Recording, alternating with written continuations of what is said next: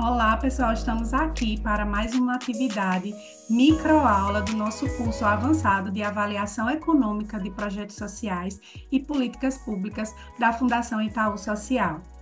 Quero apresentar para vocês, antes de tudo, o nosso grupo, que é composto por Anderson Gonçalves, Eudes Toscano, Gabriel Carvalho, eu, Janaína Alves, Letícia Santiago, Paula Rafaela e Tiago França.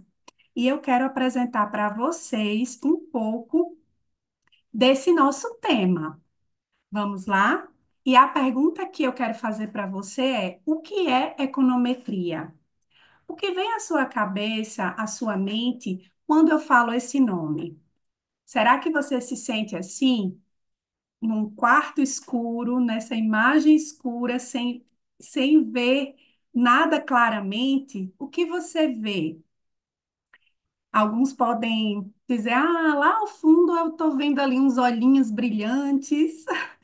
Então, nessa microaula, eu quero pedir a ajuda aqui do Voltaire, que diz o seguinte, que o estudo da metafísica consiste em procurar, num quarto escuro, um gato preto que não está lá.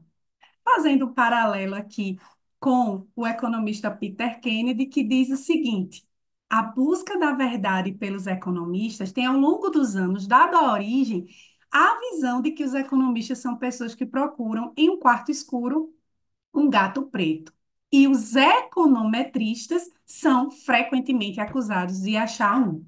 Então, vamos achar esse gato preto aqui na nossa microaula, fazendo desse gato preto um paralelo com a palavra econometria. E eu quero dar duas dicas para vocês.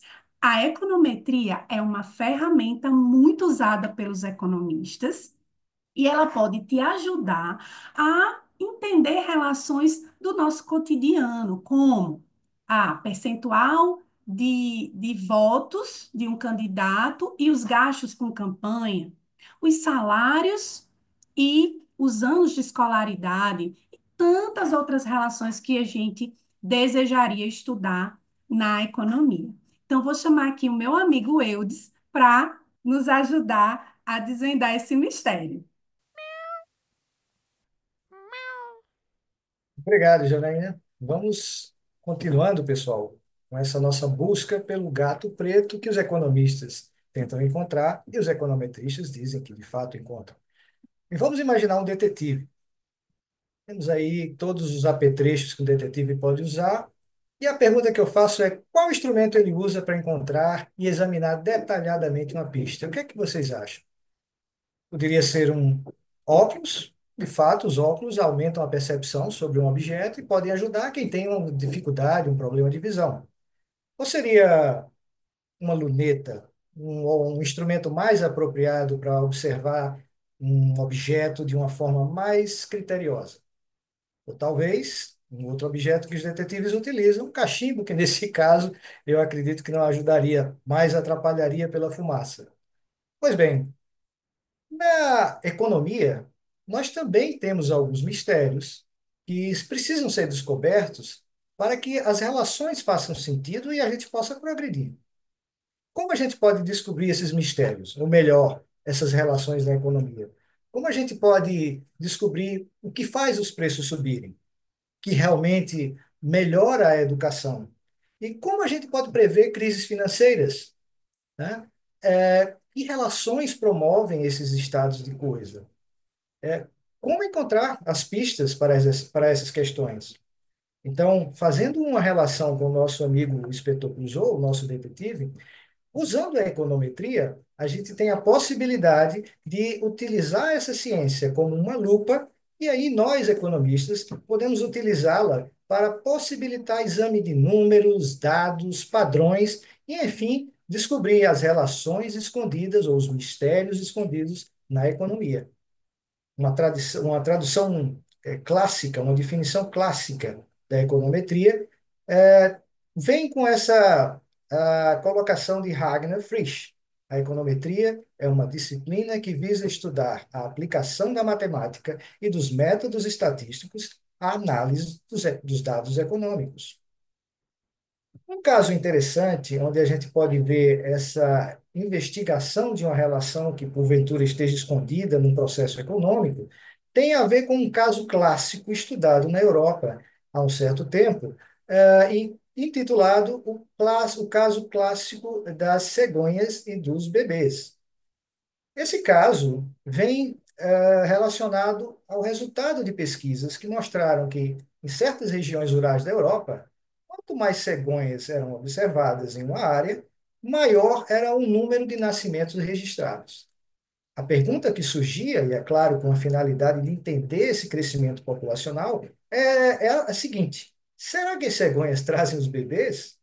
Ou bebês e cegonhas estariam relacionados a um outro fator que é comum aos dois? Para tentar elucidar ainda mais esse mistério, a nossa amiga Letícia continua com vocês nessa explicação. Olá. Bom, para tentar então responder a essa pergunta aqui colocada pelo meu colega Eudes, eu gostaria de introduzir com vocês um conceito muito utilizado na econometria, que é o de correlação. Então, mostrando melhor, né, um pouco os dados encontrados por esses cientistas, né, da Alemanha, no qual investigaram essa relação de número de cegonhas e nascimentos de bebês, eles observaram que entre 1971 a 85, quando o número de cegonhas diminuía, o número de bebês também diminuía. E entre 85 e 93, quando o número de cegonhas aumentou, o número de bebês também aumentou. E entre 93 e 2000, quando o número de cegonhas se manteve estável, o número de bebês se manteve também estável. Então, o que que a gente pode observar, na verdade, dessa relação entre essas duas variáveis? É que as trajetórias dessas duas variáveis ao longo do tempo, elas são trajetórias paralelas. Ou seja, quando uma aumenta, a outra também aumenta. Quando uma diminui, a outra também diminui. E assim vice-versa. E aí sim a gente introduz o conceito de correlação, né? Que na verdade é o grau de associação linear entre duas variáveis aleatórias, ou a relação entre essas duas variáveis aleatórias.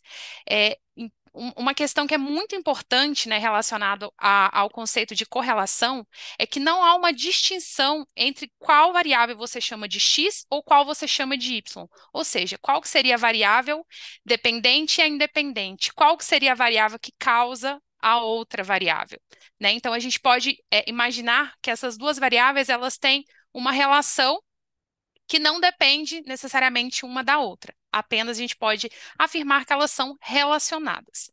E essas relações, elas podem ser classificadas de algumas formas, né? Quanto à direção e quanto à intensidade.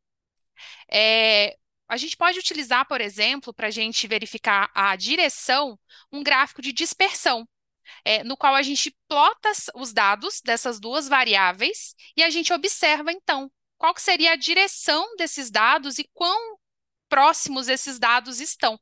Com isso, a gente consegue verificar se existe uma tendência positiva ou uma tendência negativa, ou seja, se essas relações elas são diretamente relacionadas ou inversamente relacionadas. E uma outra estratégia também que a gente consegue, que a gente pode utilizar em econometria para poder verificar a intensidade, né, dessas correlações seria o coeficiente de correlação linear de Pearson, que ele permite, então, verificar se essas correlações são correlações fortes ou se essas correlações são correlações fracas.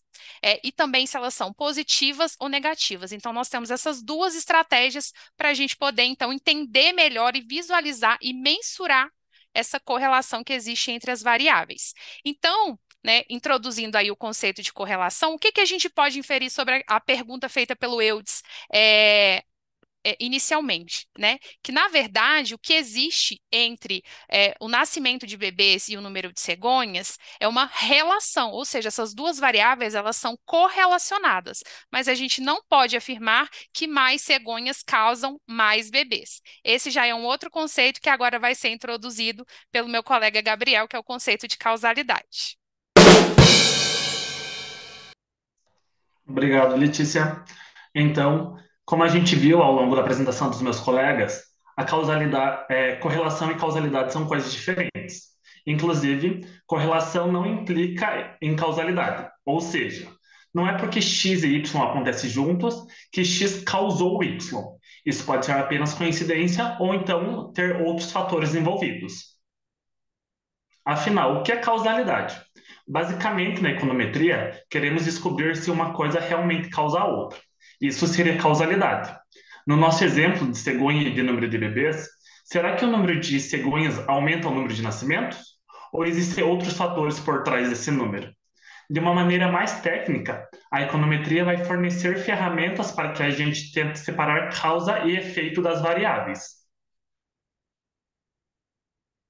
Nessa tabela, a gente vai perceber as principais diferenças entre correlação e causalidade.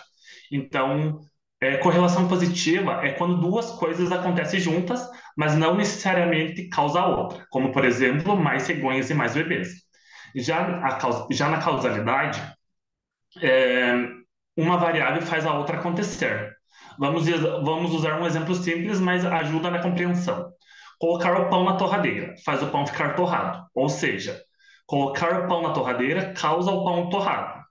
Um erro comum é achar que, por dois eventos ocorrerem juntos, uma causa a outra, como no nosso exemplo da cegonha. Na verdade, o que pode realmente estar acontecendo? Um terceiro fator pode explicar ambos os eventos, ou talvez até mais de um fator adicional. Pode ter vários outros fatores, inclusos na metodologia. Nesse diagrama causal, a gente tem uma visualização do que pode estar causando tanto o aumento do número de cegonhas e do nascimento de bebês. Uma das causas pode ser as condições climáticas favoráveis, que faz com que tanto famílias de pessoas quanto famílias de cegonhas optem por ficar em determinada região. Porém, apesar de compreender a diferença entre correlação e causalidade, precisamos de ferramentas para separar e medir esses efeitos. É aqui que entra a regressão linear, que o meu colega Tiago vai dar continuidade nas explicações. Mas o que é, então, regressão linear? Já vimos que correlação não significa causalidade. Só porque duas coisas acontecem juntas não significa que uma coisa causa a outra. Mas como podemos identificar essas relações de forma mais confiável? A regressão é uma ferramenta estatística que nos ajuda a medir o efeito de uma variável sobre outra, como, por exemplo, o número de cegonhas sobre o número de nascimentos em determinada região, enquanto controlamos por outros fatores que podem influenciar essa relação. A ideia de regressão foi um conceito criado por Francis Galton, no século XIX, e ele estudava a altura de pais e filhos e percebeu algo curioso. Pais altos tendiam a ter filhos altos, mas não tão altos quanto eles. E pais baixos tendiam a ter filhos baixos, mas não tão baixos quanto eles. Ou seja, a altura dos filhos tendiam a regredir para a média da população. Daí ele cunhou a ideia de regressão à mediocridade. Então, dessa forma, econometria também é sobre comparação de médias. A regressão nos permite medir o efeito de uma variável sobre a outra, mantendo constantes outros fatores que podem influenciar essa relação. Por exemplo, se quisermos estudar se mais cegonhas em uma região aumentam o número de nascimentos, não podemos simplesmente olhar para a correlação, apesar dela nos ajudar a fatores como população, taxa de fertilidade e características locais. A regressão, ela nos ajuda a fazer isso. Quantifica a relação entre variáveis, controla por fatores importantes que podem causar confusão nos resultados, permite testar se os resultados são estatisticamente significativos e, visualmente, ainda podemos representar essa relação com uma reta de regressão, que mostra a tendência média entre duas variáveis. Nesse gráfico, nós temos a relação entre peso dos indivíduos e altura. E vemos que a reta de regressão é a reta que melhor se ajusta aos dados, de modo a apresentar a relação média entre essas duas variáveis. Nesse caso, peso e altura. Ou seja, a regressão nos dá uma forma mais robusta de entender os padrões nos dados e fazer inferências úteis. E assim concluímos nossa microaula de econometria básica. Muito obrigado.